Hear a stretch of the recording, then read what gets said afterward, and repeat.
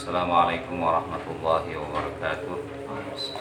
Innal hamdalillah nahmaduhu wa nasta'inuhu wa nastaghfiruh wa na'udzu billahi min shururi anfusina wa sayyiati a'malina may yahdihillahu fala mudilla lahu wa may yudlilhu fala hadiya lahu.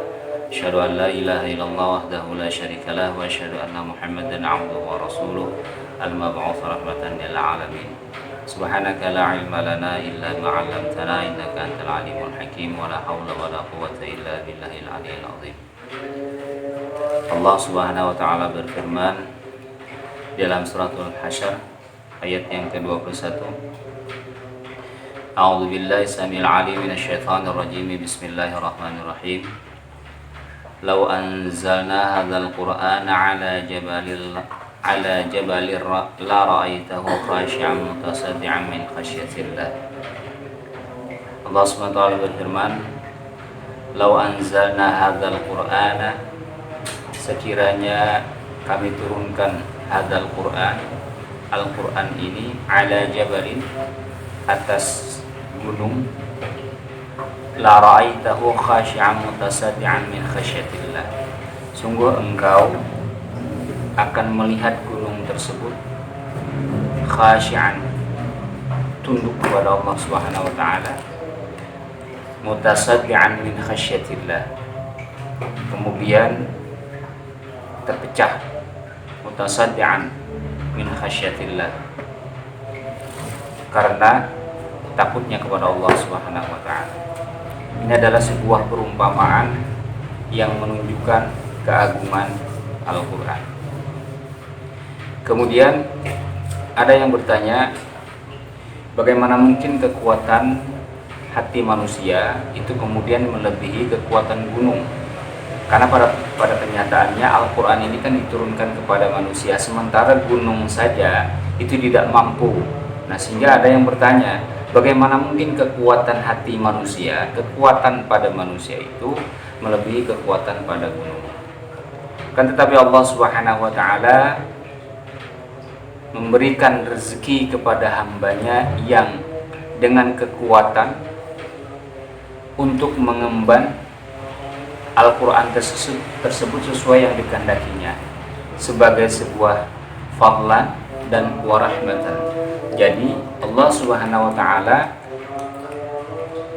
memberikan kepada manusia, kepada hati manusia itu adalah sebuah kekuatan yang mampu mengemban Al-Quran, dan itu apa? Sebagai rahmat kasih sayang Allah Subhanahu wa taala dan keutamaan bagi manusia.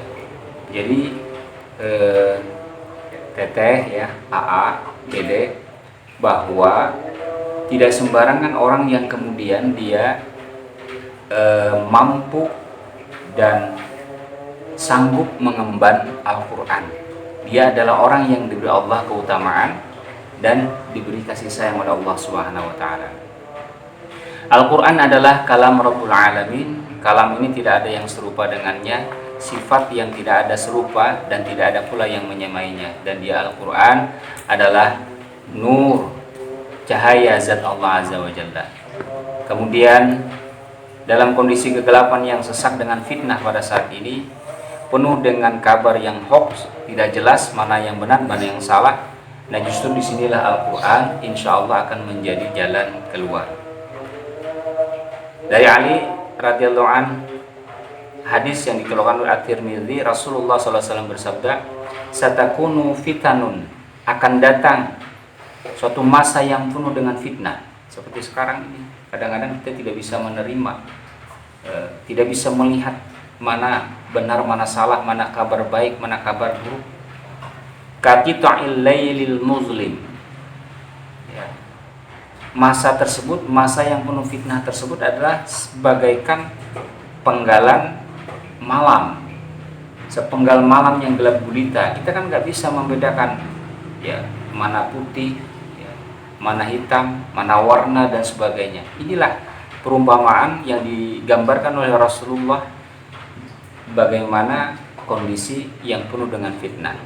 Kemudian Rasulullah SAW ditanya, apakah jalan keluar, makhraj, ya, atas kondisi itu? Beliau kemudian menjawab, kitab Allah tabaraka wa ta'ala. Jadi artinya jalan penerang yang akan bisa kita jadikan pegangan ya pada saat kondisi fitnah seperti sekarang ini. Dan tidak tahu Dede ya Teteh, zaman kalian barangkali akan lebih besar lagi fitnah ini ya, akan lebih terus saja. Nah tetapi Allah SWT memberikan lampu, memberikan jalan terang itu adalah dengan adanya kitab Allah. Kemudian keagungan dan keajaiban Al-Quran itu juga dijelaskan oleh Rasulullah SAW. Man alima ilmahu sabaqa. Barang siapa yang memahami, dia alim terhadap ilmu Al-Quran, orang itu apa? Sabaqa. Dia orang yang maju ya. Wa man qala bihi sadaqa. Barang siapa yang berkata-kata dengan Al-Quran, berhujjah dengan Al-Quran, sadaqa, dia akan menjadi orang yang shadiq, yang benar. Wa man hakama bihi adala. Barang siapa yang berhukum dengan Al-Quran, dia akan memperoleh keadilan. Wa man amila bihi ujira. Barang siapa yang beramal dengan Al-Quran ini, dia akan mendapat pahala ganjaran. Wa man da'a ilaihi hudiya ila siratil mustaqim. Dan barang siapa yang berdoa dengan Al-Quran, dengan petunjuk Al-Quran, insyaallah dia hudiya ila siratil mustaqim, akan diberi petunjuk kepada jalan yang lurus. Ad-Darimi meriwayatkan hadis dari Rasulullah SAW, man atahullahul qur'ana. Barang siapa yang Allah telah memberikan kepadanya Al-Quran, makanya kita bersyukur kalau kita senang baca Al-Quran, kalau kita senang memahami Al-Quran.